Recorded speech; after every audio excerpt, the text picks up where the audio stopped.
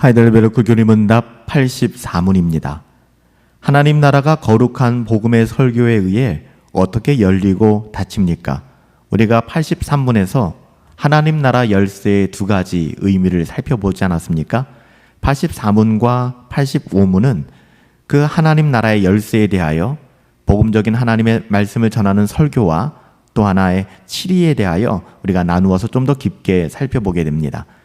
하나님 나라가 거룩한 복음 설교에 의해서 어떻게 열려지고 닫히는지, 그리스도의 명령에 따라 이것이 이루어지는 것인데요. 복음이 모든 자에게 설교되고 그 가운데 모든 믿는 자들이 진정한 믿음으로 복음의 약속을 받을 때 그들의 모든 죄는 그리스도의 은덕에 의해 실제적으로 용서를 받게 됩니다. 그러나 반대로 공적으로 복음이 증거되는데도 믿지 않고 진실하게 회개하지 않는 사람들은 하나님의 심판에 직면하게 되며 영원한 정죄에 놓이게 되죠. 그들이 회심하지 않는 한 하나님 나라의 증거에 따라 이 땅에서와 장차 오는 세상에서 그들은 하나님의 심판을 피할 수 없게 될 것입니다. 하나님의 나라는 설교를 통하여, 그래서 설교가 참 중요한 것이고요. 예배에 있어서 설교의 가치가 있는 것이죠. 그래서 예배당에서도 우리가 설교의 단을 조금 높여서 만드는 것은 잘 보이게 하기 위함이 아니라 하나님의 말씀의 권위가 가장 높이 있음을 우리가 증거하기 위한 거예요. 그래서 설교의 단을 만드는 것이죠. 설교자의 단을 세우는 것입니다. 하나님의 나라는 이처럼 설교를 통해 열립니다. 복음의 설교 또는 그리스도에 의한 구속의 설교를 통해서 이것들을 믿는 한 사람 한 사람에게 하나님의 나라가 열리게 되는 것이죠. 이렇게 믿는 사람들은 그리스도의 은덕에 근거해서 죄 용서함을 받게 되고요. 죄 용서함에 대한 확신을 얻게 됩니다. 우리가 이런 확신을 얻었다 하는 것은 마치 하나님의 입으로부터 죄를 용서받았다는 선언을 직접 듣는 것과 다르지 않은 거예요. 정말 어마어마한 것이죠. 에스겔 선지자는 에스겔서 33장 11절에 그 경험을 하지 않았습니까? 우리가 예수 그리스도의 은덕에 근거하여 죄 용서함을 받고 죄 용서함에 대한 확신을 얻게 되는 것, 하나님의 말씀을 들을 때 이것은 보이지 않는 하나님, 그렇지만 하나님의 입으로 분명하게 우리의 죄를 용서받는 그런 선언과도 같다는 것입니다. 한편으로 하나님 나라는 설교를 통해 닫히기도 합니다. 이게 참 무서운 지점인데요. 복음의 설교가 그들에게는 받아들여지지 않는 거예요. 복음이 그들의 마음을 어렵게 할 뿐이고 끝없이 불편하게 할 뿐이죠. 회개하지도 않습니다. 회개하지 않는 경우에는 하나님의 나라의 문이 설교를 통하여 오히려 닫히게 되는 것이죠. 참 두렵지 않습니까? 동일한 설교에 누군가는 은혜를 받고 하늘 문이 열리며 천국의 문이 열리는 것을 경험합니다. 하지만 동일한 설교를 듣고 누군가는 불평하며 원망하게 되고 회개에 이르지도 않으며 하나님의 나라를 거부하게 되는 것이죠. 이런 사람들을 향해서는 설교를 통하여 하나님 나라의 문이 닫혀진다라고 이야기하는 것입니다. 그들에게는 영원한 정죄밖에는 남는 것이 없어요. 사실 복음의 설교는 그들에게 자신의 죄에 대한 하나님의 심판을 피할 수 있는 길을 알려주기 위한 것이잖아요. 그래서 우리가 설교의 본질은 내 영혼을 살리기 위한, 내 영혼을 바른 길로 인도하기 위한 하나님의 음성으로 들어야 하는데, 우리가 자칫 잘못하면 믿음이 없고 은혜 밖에 머물면 이것이 나의 인격을 공격하고 나의 어떠함을 폄하하는 것으로 들리기 시작하는 거예요. 여러분, 설교의 목적은 회개에 이르게 하기 위함인 것입니다. 회개는 사람에게 하는 것이 아니죠. 하나님께 하는 것입니다. 그럼에도 불구하고 우리가 설교를 가볍게 여기고 듣지 않으며 받아들이지 않는다면 이는 어쩔 수가 없죠. 하나님의 심판을 피할 수 없는 것입니다. 따라서 이들에게는 복음의 설교, 그 은혜의 설교가 오히려 하나님의 심판의 근거를 마련하게 되는 거예요. 이렇게 복음의 설교는 하나님의 나라가 열리게 하기도 하고 동시에 닫히게 만들기도 합니다. 복음의 설교는 이 땅에서만 일어나는데 유효하게 적용되는 자에게는 이 땅에서의 삶은 물론 영원한 생명까지 얻게 만드는 것이죠. 그러나 죄를 용서받아야 할 필요성을 깨닫지도 못하고 하나님께서 죄를 용서하시려고 마련하신 그리스도의 구속을 깨닫지 못하며 필요로 하지도 않는 사람들은 이 땅에서의 심판과 영원한 심판에 마주하게 될 것입니다. 따라서 오늘날 이 땅에서 설교되는 복음이 얼마나 중요한 것인지, 매 주일마다 우리에게 들려주는 설교 말씀이 얼마나 소중한 것인지, 그 귀중함과 엄중함을 우리는 동시에 깨달을 수 있어야 될 것입니다.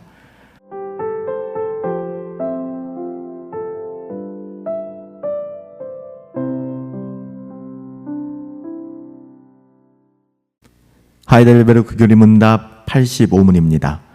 우리가 84문에서는 하나님 나라가 거룩한 복음 설교에 의해 어떻게 열리고 닫히는지, 천국의 열쇠, 하나님의 열쇠의 한 축이었던 거룩한 말씀, 하나님의 말씀, 은혜의 복음을 전하는 설교에 대하여 우리가 살펴보았다면, 오늘 85문은 하나님의 나라가 교회의 권징과 치리, 천국의 열쇠의 두 번째 부분이었죠. 교회의 권징과 치리에 의해 어떻게 열리고 닫히는지를 묻고 있습니다. 교회의 권징과 치리가 교회에서 어떤 역할을 하는지를 묻고 있는 것인데요. 이것 또한 그리스도의 명령에 따른 것입니다. 교회의 치리는 인간의 어떠함에 근거한 것이 아니라 그리스도의 명령에 따른 것이죠. 신자라고 하면서 교회를 다니면서도 성경적인 교리를 믿지 않고 세상적인 삶을 살아가면서도 여전히 회개하지 않는다면 그를 교회에 알리고 교회는 그를 적극적으로 권면해야만 합니다. 그럼에도 불구하고 교회의 권면을 무시하는 사람은 성례에서 배제시켜야 되는 것이죠. 성례에 참여하지 못하게 함으로써, 여러분, 성례에, 성찬에 참여하지 못하게 만드는 것은 그를 신자의 모임에서 배제시키는 것입니다. 성찬에 참여할 수 없다고 하는 것은 교회의 일원이 아니라는 것과 같아요. 그래서 여러분들, 청교도 시대 때에는 교회가 두 부류로 나누어졌죠. 성찬에 참여하는 진정한 교회, 그리고 교회의 구도자로 참여하는 사람들. 그러니까 교회에 있어서 성찬에 참여하는 것은 굉장히 중요한 것입니다. 우리는 성찬의 의미와 가치를 알고 적극적으로 또 그 성찬의 의미를 사모함으로 성찬에 참여해야 되는 것이죠. 그래서 우리가 권면하고 권징하고 치리할 때 수찬 정지를 내리지 않습니까? 수찬 정지를 내릴 때 성찬 예식에 참여할 수 없는 거예요. 그럴 때 우리는 그냥 성찬식 몇 달 안 하면 되지 하는 정도가 아니라, 내가 성찬에서 배제됐다는 것, 성찬을 하지 않는다라는 것은 그리스도의 몸에서 배제된 것을 의미하기 때문에 이것은 굉장히 두려운 것이거든요. 그들이 회개하고 경건을 추구하고 거룩한 삶을 애쓸 때까지 우리는 치리하고 기다려 주어야 하는 것이죠. 기다려 준다는 의미가 그냥 방치하는 것이 아니라 권면하고 치리해야 돼요. 바른 길로 나올 수 있도록 인도해 주어야 되는 것이죠. 교회의 회원으로서, 그리스도의 몸으로서 다시 회복되어질 수 있도록 교회는 천국의 문의 그 열쇠를 가지고 권징을 담당해야만 하는 것입니다. 교회의 권징과 치리는 교회의 권위를 나타내는 기회로 사용되는 게 아닙니다. 교회의 어떠함을, 당회의 어떠함을, 목회자의 어떠함을, 그 아우라를 드러내기 위한 것이 아니라는 거예요. 교회의 회원의 자격을 박탈하는 수단을 사용함으로써 치리된 자를 회개로 인도하기 위한 거예요. 정말 중요한 부분입니다. 오해해서는 안 돼요. 교회가 뭐 잘났다고, 교회가 뭐 그리 대단하다고 치리하겠습니까? 여러분, 교회가 잘났다면, 교회가 대단하다면 그리스도가 머리 되셨기 때문에 그런 거예요. 오직 그리스도의 이름으로 우리가 치리하는 것이고, 그 치리의 목적은 뭐라고요? 그 영혼을 얻기 위한 것입니다. 돌아오게 하기 위한 것이죠. 회원의 자격을 박탈하는 것, 교회에서 출교시키는 것이죠. 회원의 자격을 박탈하는 것은 하나님의 말씀에 의한 유익을 더 이상 얻지 못하게 하는 것입니다. 따라서 이것은 영적인 징계의 목적으로 시행되어지는 것이죠. 만약에 이러한 사람을 계속 교회에 남겨두게 될 때에는 그의 어떠함으로 교회를 계속해서 오염시키고 누룩이 번져나가듯 거짓 복음과 또 경건을 추구하지 않고 거룩을 애쓰지 않는 삶을 신자의 삶으로 바꾸어 놓고 말 것입니다. 영향력이 있으니까요. 그래서 직분을 세울 때나 또 직분자뿐만 아니라 교회 한 사람 한 사람을 섬길 때 우리가 그 사람이 가지고 있는 가치와 생각 그리고 믿음, 가장 중요한 것은 날마다 회개하는 삶이겠죠.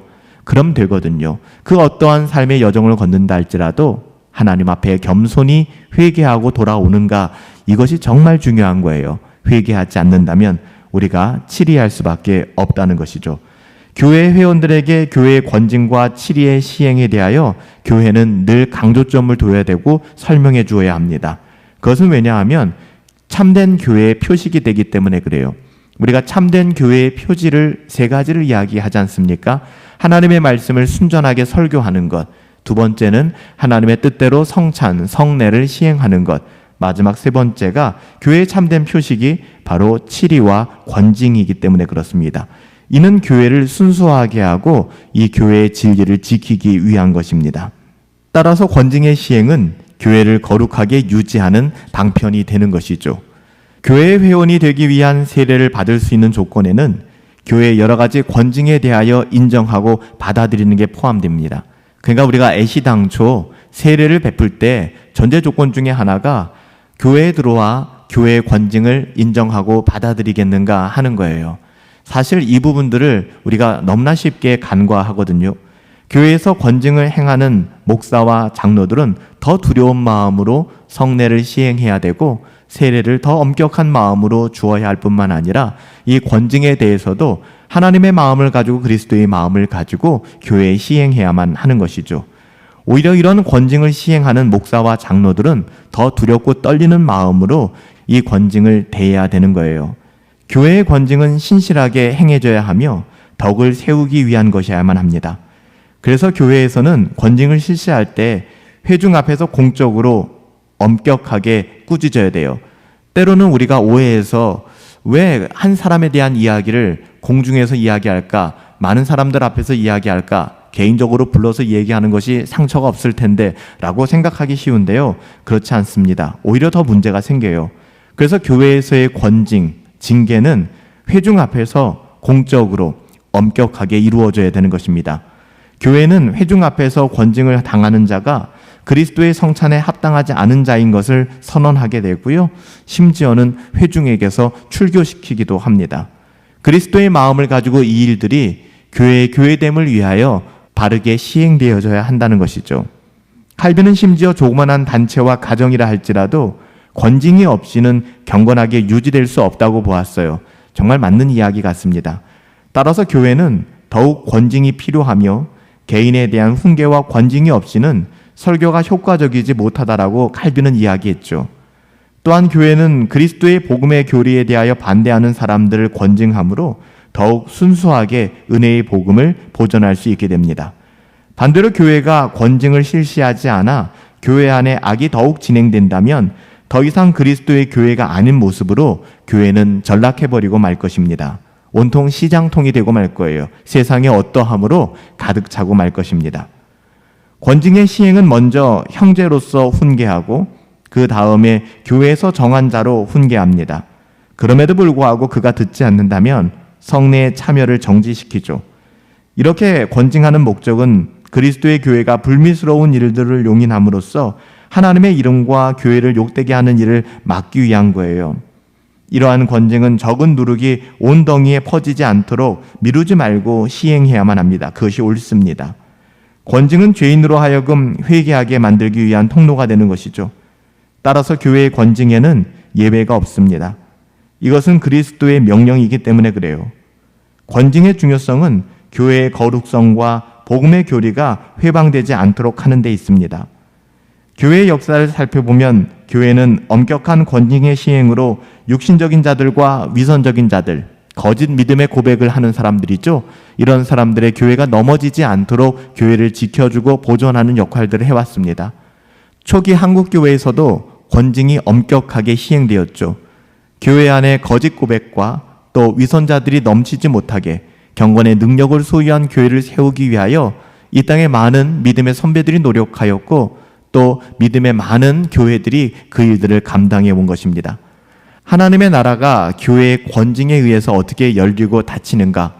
우리는 권징을 인정하고 치리를 인정하고 권징하는 목적, 치리하는 목적이 내 영혼을 회개에 이르게 하기 위함이구나. 우리가 자숙하며 때로는 우리 스스로를 돌아보며 낮아지고 가난한 마음으로 교회의 징계와 치리를 인정하고 하나님 앞에 잠잠할 수 있는 그런 은혜를 누릴 수 있었으면 좋겠어요. 물론 권징과 치리를 시행하는 교회, 목사와 장로들은 실수하지 않도록 또 사사로운 감정에 이끌리지 않도록 오직 하나님의 말씀의 가치를 가지고 교회를 위하여 그리고 그 영혼을 위하여 권징과 치리를 감당해야 할 것입니다.